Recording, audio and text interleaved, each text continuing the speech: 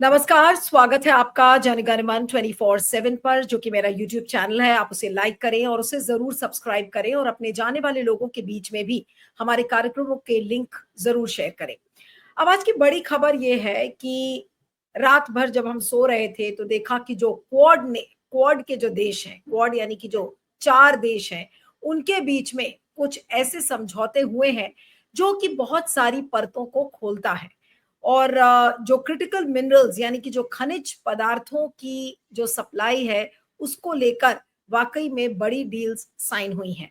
और ये खबर गार्डियन में छपी हुई है और इस खबर को मैं आपको दिखाना चाहती हूँ। और ये खबर हमारे लिए इसलिए इंपॉर्टेंट है, उसके बारे में तो हम एनालाइज करेंगे, लेकिन आपको ये समझना जरूरी है कि आखिर खनिज पदार्थ के पीछे डोनाल्ड ट्रंप और मोदी जी क्या खेल खेल रहे हैं। असली खेल खनिज पदार्थों को हथियाने का है।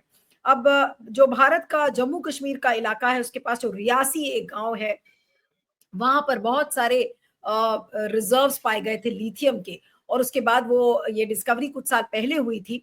और उसके बाद इस लिथियम एक इनमें से ये एक है, रेयर अर्थ मिनरल्स है। उसी तरीके से बहुत सारे रेयर अर्थ मिनरल्स है, जिसको लेकर भारत और क्वाड ने एक समझौता किया है, ताकि चाइना को अलग थलग किया जा सके। लेकिन इस खनिज पदार्थ के पीछे देखिए किस तरीके से डोनाल्ड ट्रंप और मोदी जी दोनों अपने लोगों से झूठ बोलते हैं। जैसे कि एस जयशंकर ने ये कहा कि देखिए कोई ट्रेड टॉक्स नहीं थी, कोई मध्यस्थता नहीं थी। मैं पता है मुझे कि ये भारत और पाकिस्तान के बीच में जो सीज फायर हुआ वो क्यों हुआ, ट्रेड गलत बात है। लेकिन अब लग रहा है कि ट्रेड ही एक कारण था, और वो भी ये जो खनिज पदार्थ हैं, रेयर अर्थ मिनरल्स हैं, इन्हीं को लेकर एक ऐसी डील हुई है कि भारत और पाकिस्तान दोनों तैयार हो गए सीज फायर के लिए। और तैयार करने वाला व्यक्ति कौन? अमेरिका, क्योंकि अमेरिका को इस रेयर अर्थ मिनरल की जरूरत है। और इसलिए अमेरिका ने सोचा कि भाई अगर रेयर अर्थ मिनरल जो कि पीओके में भी है, बहुत भारी मात्रा में है, और भारत के जम्मू कश्मीर के इलाके में भी इस तरीके के रेयर अर्थ मिनरल्स हैं, तो फिर डोनाल्ड ट्रंप को लगा कि ये बाजी हम हार जाएंगे, अमेरिका के हाथों से एक लंबा खेल निकल जाएगा। और इसी वजह से ये जो खनिज पदार्थ है, इनको लेकर एक समझौता हुआ है। अब अगर आप गार्डियन की स्टोरी को आप ध्यान से देखें, जो मैं आपको स्क्रीन पर दिखा रही थी, उस गार्डियन की स्टोरी में ये साफ लिखा है कि United States, Japan, India and Australia have pledged to work together to ensure a stable supply of critical minerals as worries grow over China's dominance in resources vital to new technologies. अभी तक China का dominance था इसमें, और सारे जो देश थे वो चाइना पे डिपेंडेंट रहते थे। तो चाइना पर डिपेंडेंट देश ना हो, इस चलते भारत और ऑस्ट्रेलिया, जापान और यूनाइटेड स्टेट्स, ये जो क्वाड नेशंस हैं, इन्होंने इसको लेकर एक स्टेटमेंट दिया है। The four countries said in a joint statement that they were establishing the Quad Critical Minerals Initiative. इसको कहते हैं Quad Critical Minerals Initiative, aimed at collaborating on securing and diversifying supply chains. आपकी supply chains को कैसे diversify करें, उसका ये plan है Quad Critical Minerals Initiative. They offered little detail but made clear the goal was to reduce reliance on China, which has used restrictions as leverage as the US in turn curbs its access to semiconductors and threatens steep tariffs. China holds major reserves of several key minerals, including the vast majority of the world's graphite, which is crucial for electric vehicles. जो US secretary of state है Marco Rubio, तो उन्होंने स्वागत किया है अपने सारे quad grouping का। और उन्होंने ये कहा है, he has welcomed his counterparts from the so-called Quad grouping to Washington on Tuesday in a shift of focus to Asia after spending much of his 6 months on the wars in Ukraine and the Middle East and on President Donald Trump's domestic priorities such as migration. तो ये जो quad critical minerals initiative है, ये क्या मोदी जी के झूठ को बेनकाब करता है। और यही एक वजह थी, बड़ी वजह थी, जिसके चलते भारत और पाकिस्तान के बीच ये संधि हुई, ये युद्ध विराम हुआ। और लेकिन मोदी जी और एस जयशंकर इसको नहीं कहेंगे, क्योंकि एस जयशंकर ने आज भी मना कर दिया और उन्होंने कहा कि नहीं, ऐसी कोई मध्यस्थता नहीं हुई थी, डोनाल्ड ट्रंप ने किसी ट्रेड की बात नहीं की। और ये देख लीजिए यहाँ पर किस तरीके का ट्रेड साइन हो रहा है, यानी कि बोलने के लिए कुछ और दिखाने के लिए कुछ, लेकिन पर्दे के पीछे क्या खेल है? केवल खनिज पदार्थों का खेल इस समय चल रहा है, ताकि अमेरिका के कब्जे में ये सारी चीजें आ जाए। सिद्धार्थ शर्मा समय हमारे साथ जुड़ रहे हैं, इंडिपेंडेंट मीडिया एनालिस्ट। सिद्धार्थ, आपका स्वागत है। Thank you so much for joining on Jangan 24/7। ये डील जो critical quads quads critical mineral initiative है, ये क्या दर्शाता है? और अगर मोदी और डोनाल्ड ट्रंप के संदर्भ में इसको समझने की हम कोशिश करें तो ये क्या इनिशिएटिव है? ये जो आप गार्डियन का न्यूज दिखा रहे हैं, ये आज का न्यूज है। लेकिन आज ये चीज यहाँ कैसे पहुंची, ये समझने के लिए भारत में एक बहुत बड़े तथाकथित राजनीतिक चाणक्य हैं जो हर बात में कहते हैं कि आप क्रोनोलॉजी समझिए। तो इस चीज की क्रोनोलॉजी अगर समझना है, क्रोनोलॉजी समझेंगे तो आसानी से समझ में आएगा। फरवरी 2023 में भारत के जम्मू कश्मीर में एक रियासी नाम का जिला है, वहां पर जियोलॉजिकल सर्वे ऑफ इंडिया ने ये पाया सर्वे करते समय कि वहां पर लिथियम के बहुत ज्यादा डिपॉजिट्स हैं। लिथियम मतलब एक खनिज होता है जो कि धरती के नीचे पाया जाता है, और उसे सिर्फ खनिज नहीं माना जाता, उसे दुर्लभ खनिज माना जाता है। क्योंकि खनिज में तो लोहा भी आ जाता है और तांबा भी आ जाता है, लेकिन कुछ खनिज होते हैं जो कि दुर्लभ खनिज होते हैं, जैसे लिथियम। अब लिथियम दुर्लभ इसीलिए है क्योंकि दुनिया भर में जितनी भी चीजें बैटरी से चलती है उसमें लिथियम लगता है। आपके हमारे फोन में जो आप फोन की बैटरी पीछे खोल के देखिए, उसमें LiION लिखा होगा, लिथियम आयन। मतलब लिथियम की बैटरी आपके फोन में भी लगती है, आपके कंप्यूटर में भी लगती है, आपके घर में जो इन्वर्टर की बैटरी है उसमें भी लगती है, आपकी कार की बैटरी में भी लगती है, आपके सोलर पैनल में भी लगती है। तो आने वाले समय में हमें पता है कि जिस तरह से लिथियम की जरूरत है इलेक्ट्रॉनिक इक्विपमेंट्स में, इलेक्ट्रॉनिक गैजेट्स में, उतना लिथियम दुनिया में कहीं मिलता नहीं है। उदाहरण के लिए सबसे ज्यादा लिथियम ऑस्ट्रेलिया में मिलता है, थोड़ा बहुत लिथियम चाइना में मिलता है, थोड़ा बहुत लिथियम अर्जेंटीना में मिलता है। दुनिया में कहीं पर भी, खास करके अमेरिका के पास लिथियम के डिपॉजिट्स अपने नहीं है, अमेरिका के पास लिथियम होता नहीं है। लेकिन हमें यह भी पता है कि दुनिया की सबसे बड़ी बड़ी कंप्यूटर कंपनियां या किसी भी चीज की कंपनियों के नाम पे कंपनियों के मालिक, कंपनियों के हेडक्वार्टर्स हमें पता है अमेरिका में है। तो अमेरिका को पता लग गया कि आने वाले समय में लिथियम की बहुत ज्यादा जरूरत पड़ेगी, और लिथियम का भंडार अगर भारत के पास मिल गया, और ये जो रियासी में भारत के पास जियोलॉजिकल सर्वे ऑफ इंडिया को लिथियम का भंडार मिला, अभी तक वहां पे खनन शुरू नहीं हुआ है, वहां पर भंडार मिला है। वो भंडार है दुनिया का 5वां सबसे बड़ा भंडार, और अगर उसको आप रुपए में तोलना चाहें तो करीब करीब $100 बिलियन का है। $100 बिलियन मतलब पूरे भारत का जो बजट है, 3 साल का भारत का बजट जितना एक जिले में एक जगह पर 5 बिलियन टन लिथियम पाया जाता है। तो आप समझिए कि लिथियम कितना दुर्लभ खनिज हो गया अमेरिका के लिए। तो जैसे ही अमेरिका को पता लगा कि इतना दुर्लभ खनिज भारत के पास है, और उसकी नजर उस पर पड़ गई, क्योंकि आने वाले समय में उसी की जरूरत पड़ने वाली है पूरे दुनिया में। चाहे वो सोलर पैनल आप लगा रहे हो, चाहे बैटरी लगा रहे हो, चाहे फोन की बैटरी लगा रहे हो, चाहे आपके कार का स्कूटर हो, चाहे इलेक्ट्रॉनिक व्हीकल हो, हर जगह लिथियम की जरूरत है। तो अमेरिका ने क्या किया, जिस समय इस ये 13 फरवरी को भारत के प्रधानमंत्री और अमेरिका के राष्ट्रपति दोनों मिले थे व्हाइट हाउस में, उसके बाद जो जॉइंट स्टेटमेंट निकला था, मेरे ख्याल से जनगण मन के दर्शक इसको इंटरनेट पर सर्च कर सकते हैं, Indo US joint statement, February 13 अगर आप डालेंगे तो भारत सरकार की ओर से भी, प्रेस इंफॉर्मेशन ब्यूरो का भी वेबसाइट बताएगा, और अमेरिका का व्हाइट हाउस भी बताएगा। उसमें पैरा नंबर 18 में स्पष्ट रूप से लिखा हुआ है कि India and United states will build critical mineral supply chain. इसका मतलब यह है कि पहली बार अमेरिका ने भारत से यह मनवा लिया सिग्नेचर से कि आपका जो लिथियम का भंडार है उसके साथ हमारा भी संबंध रहेगा, उसमें मेरी भी उसमें मेरी भी हिस्सेदारी रहेगी। तो ये तो हो गया फरवरी 2025 में। इसके बाद जिस समय मई में भारत ऑपरेशन सिंदूर कर रहा था और अचानक ट्रंप साहब बीच में उतरे और उन्होंने सीज फायर करवा दिया, अगले दिन उन्होंने ट्वीट किया और बार बार उसके बाद कम से कम 16-17 बार कहा भी कि मैंने ये जो करवाया भारत और पाकिस्तान के बाद सीज फायर, ये ट्रेड के नाम पर करवाया। इसका मतलब कहीं ना कहीं वो फिर से उसमें व्यापार का एंगल ला रहे थे। और आज जो आप अभी दिखा रहे हैं गार्डियन की स्टोरी, जिसमें कह रहे हैं कि कल भारत के विदेश मंत्री जो अमेरिका में थे, वहां पर क्वाड की जो बैठक हुई थी, क्वाड मतलब 4 देश हैं, अमेरिका है, भारत है, ऑस्ट्रेलिया है और जापान है, ये चारों देश मिला के मोटा मोटी इनका काम होता है प्रशांत महासागर में चीन का जो विस्तारवाद है उसको रोकना। चीन का विस्तारवाद जो पैसिफिक ओशन में हो रहा है, खास करके वो ताइवान में घुसने की कोशिश कर रहा है, वो जापान के ऊपर, जापान के काफी सारे टापुओं पर वो अपना दावेदारी ठोक देता है, वो फिलीपींस के काफी सारे टापुओं पर दावेदारी ठोक देता है, वियतनाम के तरफ वो बढ़ रहा है। तो क्वाड जो प्रशांत महासागर है, प्रशांत महासागर को सुरक्षित चीन के से सुरक्षित रखने के लिए ये क्वाड बना है। इसमें कहीं पर भी रेयर अर्थ मिनरल की चर्चा होने की जरूरत नहीं थी, वो अप्रासंगिक था। लेकिन आश्चर्य यह है कि उसके भी लिखने में, उसमें भी जो दस्तखत हुए हैं कल, उसमें भी ये चर्चा हो गई कि क्वाड क्रिटिकल मिनरल इनिशिएटिव शुरू करेगा। इसका मतलब ये समझिए कि ये जो लिथियम का डिपॉजिट रियासी जम्मू कश्मीर में मिला है, ये अमेरिका के लिए सामरिक दृष्टि से इतना ज्यादा महत्वपूर्ण है कि उसने भारत के प्रधानमंत्री जी के साथ फरवरी में एक संधि कर ली है, जिस पर कि हस्ताक्षर करवा लिया है। और ताजा तरीन उन्होंने जयशंकर जी के साथ जो बैठक हुई है कल, उसमें भी इस चीज पर हस्ताक्षर करवा लिया है।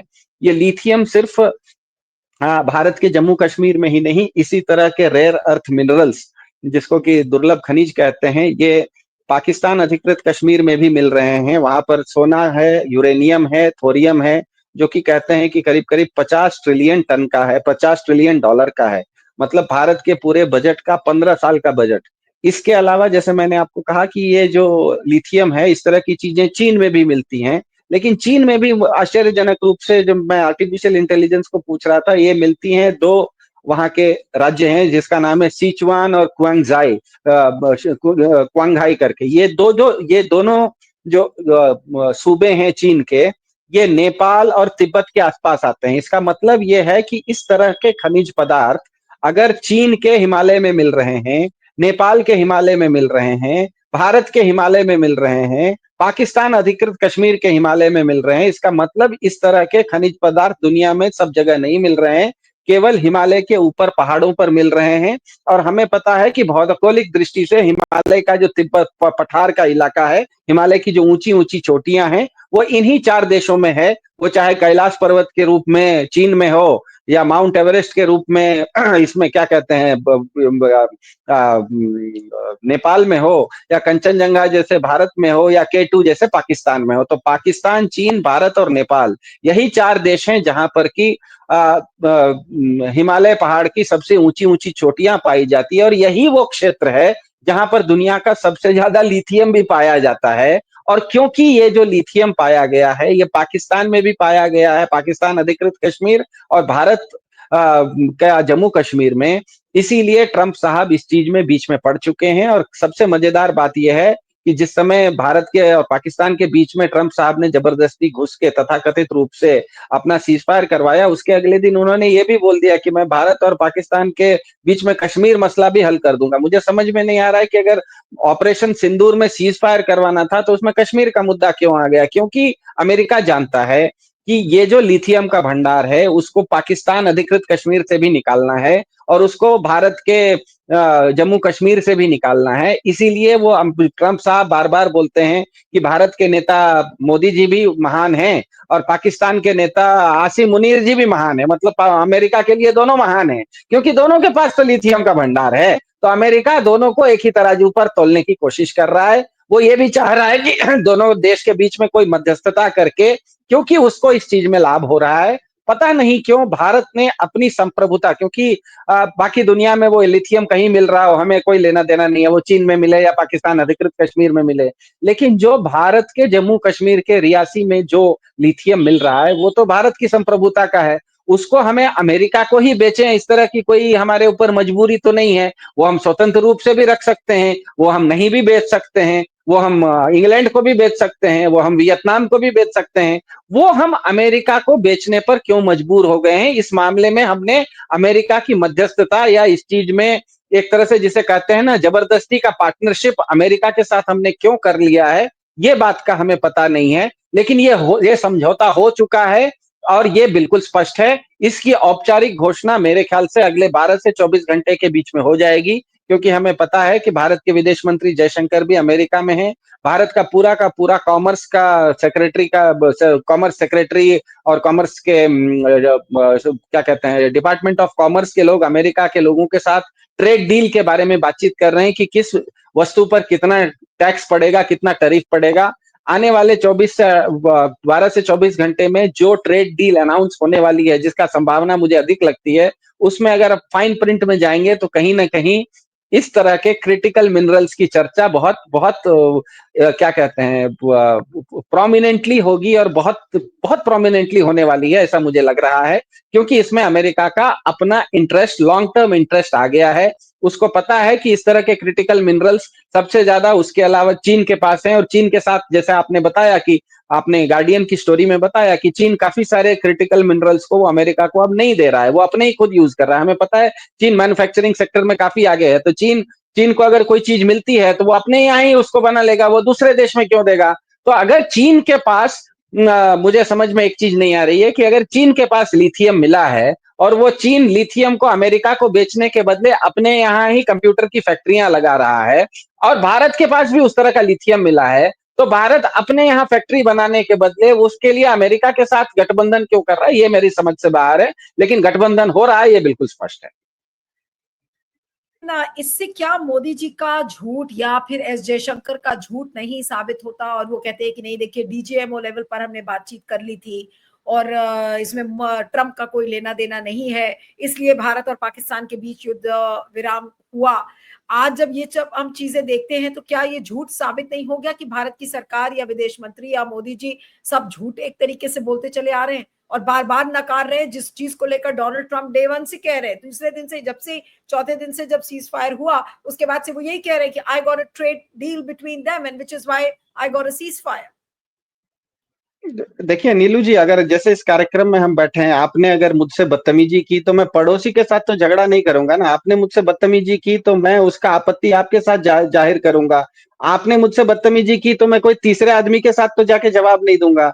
तो अगर ट्रंप साहब ने एक बार नहीं, दो बार नहीं, तीन बार नहीं, 16 बार ये कह दिया है कि मैंने सीज फायर करवा दिया भारत पाकिस्तान के बीच में, तो ट्रंप साहब का ट्विटर हैंडल तो सबको पता है। भारत के प्रधानमंत्री जी या जयशंकर जी उस ट्वीट के जवाब में देके ट्रंप साहब को ये क्या आप आलतू फालतू बोल रहे हैं, आप बिना मतलब का हवाई बातें क्यों कर रहे हैं, चुप रहिए, आप झूठ बोल रहे हैं करके उन्होंने उनको क्यों जवाब नहीं दिया, वो हमें क्यों बोल रहे हैं। सवाल यह है कि भारत सीज फायर में ट्रंप बीच में पड़े, ये न तो सिद्धार्थ शर्मा का कहना है न तो नीलू व्यास का कहना है, ये कहना ट्रंप का है। तो आप जवाब ट्रंप को देंगे ना। सिद्धार्थ शर्मा को क्यों कह रहे हैं कि ट्रंप ने नहीं सीज फायर करवाया, डीजीएमओ ने करवा दिया। हम तो पूछ ही नहीं रहे, हम तो कुछ पूछ ही नहीं रहे, बोल तो रहे ट्रंप। तो आप इसके बीच में 10 मई से लेके आज करीब 2 जुलाई हो गया है, मतलब करीब करीब 52 दिन हो, 52 60 दिन होने, 52 दिन के आसपास हो गया है। 50 दिन में अगर ट्रंप साहब ने 16 बार ये बोल दिया कि भारत और पाकिस्तान के बीच में सीज फायर मैंने करवाया, तो भारत के विदेश मंत्री ने एक बार भी ट्रंप साहब को क्यों नहीं बोला कि आप झूठ बोल रहे हैं, आप चुप हो जाइए। भारत के प्रधान जी ने एक बार भी ट्रंप को क्यों नहीं बोला कि आप झूठ बोल रहे हैं, झूठ बोल रहे हैं, चुप हो जाइए। वो हमें क्यों जवाब दे रहे हैं, वो जनता को क्यों बोल रहे हैं। जनता तो सवाल ही नहीं कर रही है, जनता थोड़े बोल रही है कि सीज फायर ट्रंप ने करवाया, ट्रंप बोल रहे हैं तो ट्रंप को जवाब देंगे ना। तो जैसे ही आपने जिसने बदतमीजी की आप उसको जवाब देने के बदले किसी दूसरी तरफ से किसी तीसरे आदमी को जवाब दे रहे हैं, इसका मतलब ही है कि आप सामने वाले से डर रहे हैं या सामने वाले से आप कन्नी काट रहे हैं। सामने वाले की बात को आप उसको फेस करना, उसको उसका सामना करने की हिम्मत आपके अंदर नहीं है। इतनी तो ये तो बात बिल्कुल स्पष्ट हो गई है, इसमें तो कहीं दो राय बची नहीं। मुझे अब ये लग रहा है कि सबसे बड़ी मतलब इसमें इसमें जो आ रहा है, हमें पता है कि कश्मीर जो एक हिस्सा जम्मू कश्मीर का भारत के पास है, एक हिस्सा पाकिस्तान ने कब्जा करके रखा है जिसको कि पाक ऑक्यूपाइड कश्मीर कह रहे हैं।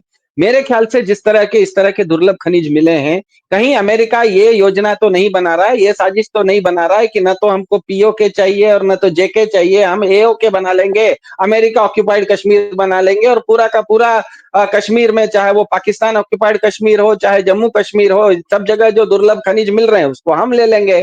तो मेरे ख्याल से जिस तरह से ट्रंप साहब ने ऑपरेशन सिंदूर खत्म होने के बाद सीज फायर का क्रेडिट लेने के साथ साथ ये बोल दिया कि मैं भारत और पाकिस्तान के बीच में जो मुद्दा है, जो किसी बात का टकराव है, उसको भी भारत और पाकिस्तान का मुद्दा सुलझा दूंगा, जो मुद्दा सुलझने की जरूरत ही नहीं थी, किसी ने बोला ही नहीं था कि यह मुद्दा सुलझाइए। इसका मतलब ही है कि कहीं ना कहीं यहाँ पर जो दुर्लभ खनिज मिले हैं इसमें अमेरिका का इंटरेस्ट है। इसका एक ऐतिहासिक क्या कहते हैं पृष्ठभूमि भी है। 1970 के आसपास जैसे ही खाड़ी देशों में सबसे पहले तेल मिलना शुरू हुआ और दुनिया का सबसे ज्यादा तेल खाड़ी देशों में मिलना शुरू हुआ, उससे पहले हमें पता है कि खाड़ी देश के लोग बदौई होते थे, वो अपने ऊंट वगैरह पालते थे। अचानक जैसे ही तेल आया, पूरा अमेरिका और वेस्टर्न वर्ल्ड वहां पर आके घुस गया, वहां पर आके बैठ गया और 20 साल के अंदर उन्होंने ईरान में सत्ता परिवर्तन की भी कोशिश की, 1990 में खाड़ी का युद्ध भी हो गया और अभी 2025 तक भी युद्ध हो रहा है। तो कहीं पर भी अगर बहुत ज्यादा दुर्लभ संपत्ति किसी एक जगह मिल जाती है,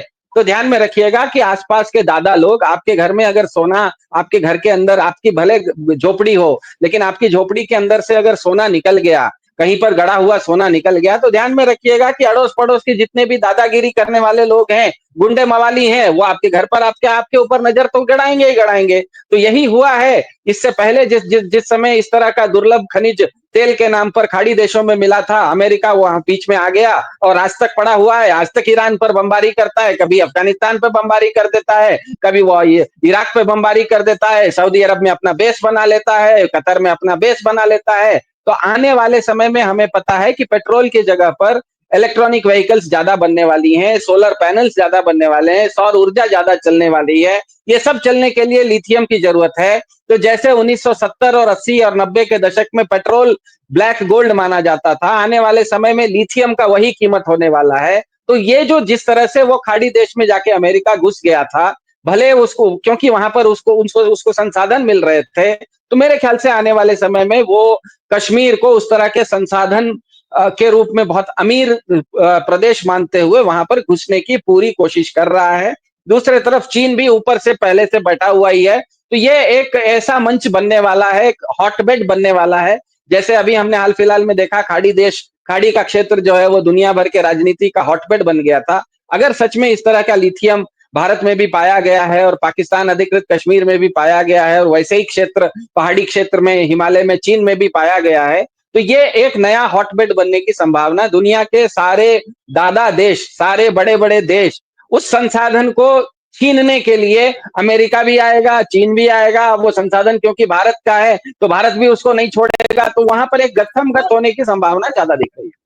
आप कह रहे हैं कि ये एक वॉर जोन बन सकता है क्योंकि एक इंपॉर्टेंट रिसोर्स है, लेकिन सवाल ये उठता है कि जब भारत ऑलरेडी अमेरिका की गोद में जाकर बैठ गया है या कम से कम दिखाने की कोशिश कर रहा है कि भाई हम अमेरिका के खिलाफ जाएंगे नहीं, और अब चीन को पूरी तरीके से दबाने की जो पूरी कोशिश हो रही है, क्वाड ने खुद ये क्रिटिकल मिनरल इनिशिएटिव के जरिए इस चीज को स्पेल आउट कर दिया है, तो भारत के लिए क्या दिक्कतें आने वाले दिनों में होंगी? ठीक है, भारत के पास ये नेचुरल रिसोर्स है, भारत इसको कैसे इस्तेमाल करेगा, उसको बेचेगा, गिरवी रखेगा, ये तो पता नहीं है अब। लेकिन ऐसा बिल्कुल साफ लगता है कि ये जो क्वाड के 4 देश हैं, ये अपने आपस में ये सप्लाई चेन्स जरूर इसको कंटिन्यू करेंगे, लेकिन ये भारत के लिए अपने आप में एक इतनी बड़ी चुनौती क्या नहीं होगी? क्योंकि क्वाड देशों के गोद में जाकर बैठना और बाकी देशों को फिर कुछ ना समझना, ये मोदी जी के लिए कितनी बड़ी चुनौती है? ये मेरे ख्याल से चुनौती तो कितनी बड़ी है ये आने वाले समय में पता लगेगा, लेकिन भारतीय नागरिकों के लिए भारत ने 2014 में विकास के लिए वोट किया था। अब जबरदस्ती अमेरिका कश्मीर में घुस के विकास करके दिखाएगा। अमेरिका का भी यही प्लान है कि कश्मीर में मैं जबरदस्ती घुसूंगा और विकास क्या है ये बताऊंगा। क्योंकि आप इतना बिलियंस ऑफ टन्स का जो अगर लिथियम को क्या कहते हैं खनिज निकालना है, उसका उत्खनन करना है, तो बड़े बड़े मशीनरी लगेंगे, बड़े बड़े रोड लगेंगे। तो मेरे ख्याल से आने वाले समय में भारत के लिए अपनी संप्रभुता को, भारत देखिए, इसको एक बहुत साधारण भाषा में कहें तो मैं गरीब आदमी हूं, मैं घर में रह रहा था, अचानक किसी दिन रात में मेरे घर के अंदर से गड़ा हुआ सोने का घड़ा निकल गया। अब वो घड़ा तो क्योंकि वो मेरे घर घर की चीज है, अगर मैं उसका उपयोग मैं खुद करता हूं, वहां तक तो ठीक है। लेकिन उसका उपयोग करने के लिए अगर मैं किसी दूसरे दादा को बुला लेता हूँ, कोई क्या कहते हैं मोहल्ले के किसी ताकतवर आदमी को, बाहुबली को बुला लेता हूँ, तो उसको देख के दूसरे बाहुबली भी आएंगे। तो मेरे ख्याल से यहाँ पर रियासी में खनिज मिलना भारत के लिए एक बहुत ही अच्छी बात है। दुर्भाग्य यह है कि भारत उसका उपयोग खुद करने के बदले अमेरिका के साथ उसका उपयोग गठबंधन कर रहा है, ये समझ से बाहर है। क्योंकि कहीं पर भी किसी भी देश में किसी भी समय में वैज्ञानिक कोई ना कोई शोध करते हैं, शोध करते रहते हैं, और कभी ना कभी कोई ना कोई चीज लक बाय चांस भी, कोइंसिडेंटली किसी भी कारण से मिल जाती है।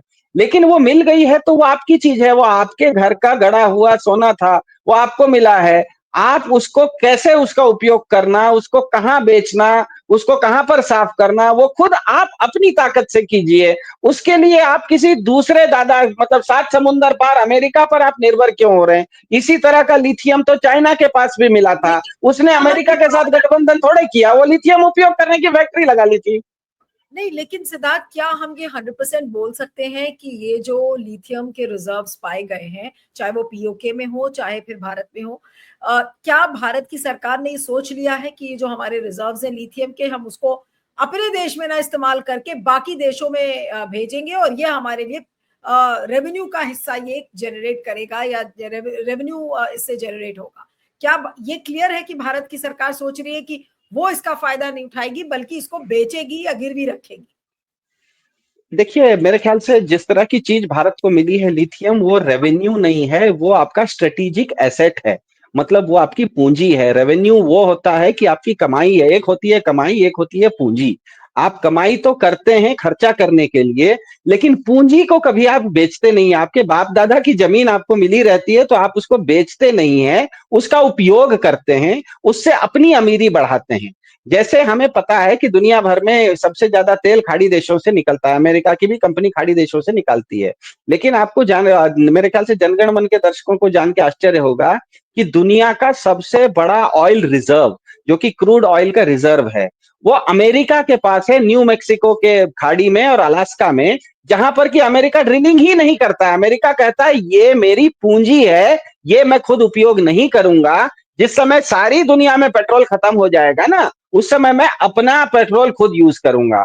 तो मेरे ख्याल से रियासी में जिस तरह का लिथियम भारत को मिला है, वो रेवेन्यू जनरेटिंग चीज नहीं है। वो आपके पास एक क्या कहते हैं पूंजी की तरह है। वो आपको एक ऐसी पूंजी मिली है जिसको कि आप इसको सामान्य भाषा में कहिए कि आपको रोज सोने का अंडा डालने वाली एक मुर्गी मिली है। आप कह रहे हैं कि ये मुर्गी को बेच लेंगे तो कितना पैसा मिलेगा? आप ये मुर्गी बेच भी लेंगे, देखिए मैं फिर से कह रहा हूं, आपको अचानक आपके घर में एक मुर्गी मिली जो रोज सोने का अंडा डालती है। अब मुझे बोलिए कि आप उस मुर्गी को पालने का प्लान बनाएंगे या उस मुर्गी को बेचने का प्लान बनाएंगे? अगर आप उस मुर्गी को बेच देंगे तो रोज सोने का अंडे से तो आप खुद वंचित हो जाएंगे। आपकी तो समझदारी इसमें है कि उस मुर्गी को किस तरह से पालें, किस तरह से उस मुर्गी को जिंदा रखें, किस तरह से उस मुर्गी को अच्छे से स्वस्थ रखें, उसमें आपका फायदा है। आप कह रहे हैं कि ये मुर्गी कितने में बिकेगी? अरे मुर्गी बिक जाएगी तो आपको क्या मिलेगा? तो मेरे ख्याल से भारत की सरकार इस मामले में सामरिक दृष्टि से, क्योंकि 3 बार ये हमने देख लिया है कि ये जो भारत में जो लिथियम का रिजर्व मिला, उसके बाद अमेरिकी राष्ट्रपति ने भी व्हाइट हाउस के साथ जो ज्वाइंट स्टेटमेंट है उसमें भी पारा 18 में भारत से लिखवा लिया कि हम क्रिटिकल मिनरल के सप्लाई चेन को बिल्ड करेंगे। उसके बाद जो सीज फायर हुआ, उसके बाद भी बीच में ट्रंप साहब आके बोल दिए कि कश्मीर में मैं मध्यस्थता भी करूंगा और ये सीज फायर मैंने ट्रेड से करवाया है। और आज जो क्वाड में लिखवा लिया है कि क्रिटिकल मिनरल के सप्लाई चेन का हम इनिशिएटिव बिल्ड करेंगे, इसका मतलब भारत ने ये जो रेयर अर्थ क्रिटिकल दुर्लभ खनिज हैं, इसको अमेरिका के साथ किसी न किसी तरह का अनुबंध भारत ने कर लिया है, पार्टनरशिप कर लिया है। भारत को लगता है कि अकेले मैं यूज नहीं कर सकूंगा, इसमें मुझे अमेरिका की जरूरत है। मतलब मेरे पास जो सोने का अंडा देने वाली मुर्गी है उसको मैं खुद नहीं संभाल सकता, इसीलिए मैं पड़ोस के किसी बाहुबली को बुलाऊंगा कि आप आओ और आप मुझको संभाल के दो। तो एक पड़ोस का बाहुबली आएगा तो दूसरा जो उसका दुश्मन है वो भी तो आपके घर पर ही, तो ये सारा हमला जो होगा ना, सारा खेल आपके घर में होना शुरू होगा। ये जो सारा रायता फैलेगा, दो दो बड़े बड़े बाहुबली लड़ेंगे, वो आपके घर के आंगन में लड़ना शुरू करेंगे। दिक्कत ये आने वाली है कि लड़ाई तो दो दूसरों की होगी लेकिन आंगन आपका हो जाएगा। बिल्कुल बिल्कुल। चलिए, आपका बहुत बहुत शुक्रिया Siddharth. Thank you so much for joining. Thank you.